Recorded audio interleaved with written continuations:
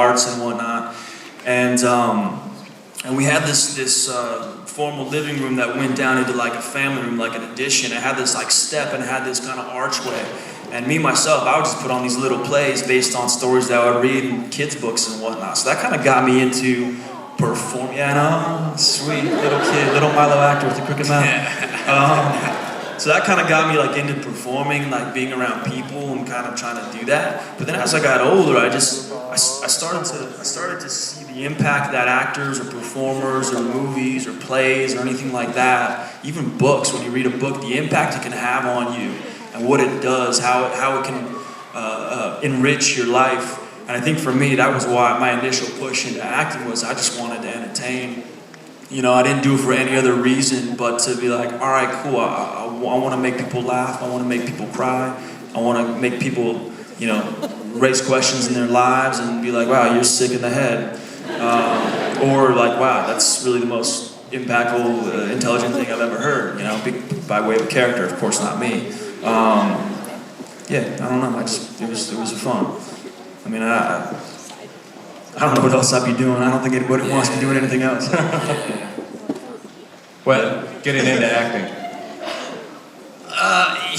I mean, you know, I think, you know, when I was a kid, I got into a lot of trouble, you know, and I was always getting into trouble. And trouble was a big kind of defining part of my sort of young adulthood. I got in serious trouble, and I just couldn't get my shit together in any way. And I used to play sports, and you know, sports kind of had to end because of the trouble I was getting in, and I basically sort of stumbled upon it. I met this great acting teacher when I was in college to play sports. I took the class almost as a mistake, and this woman sort of became my guardian angel in a lot of ways. A woman named Alma Becker. She ended up marrying my wife and I, and she just passed this last year, which means a great deal to me. And she sent me to Moscow, Russia, and that's where I studied acting. And you know, for me, it was like all this stuff that would lead me into getting into trouble, this energy that was inside me.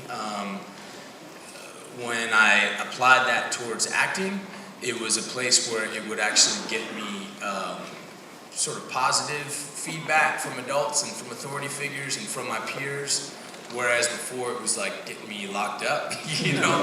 And you know, guys like Robert De Niro and I mean, so many of my idols, you know, they played these men that they were able to do stuff on screen or on stage that, you know, they tapped into certain energies that, again, that only got me in trouble. And I sort of channeled all that into this thing that I loved, and it made me really become a man, I think, and grow the heck up and find something that I love more than anything else in the world, and you know, really saved my life acting, you know, and I can speak for both of us.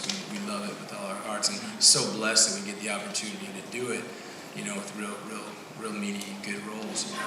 Yeah. And big thanks to teachers that got you on Big that time. path. Yeah.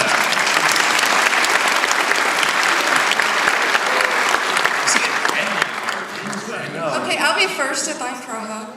Either one. Anytime, yeah, come on. The question that I have.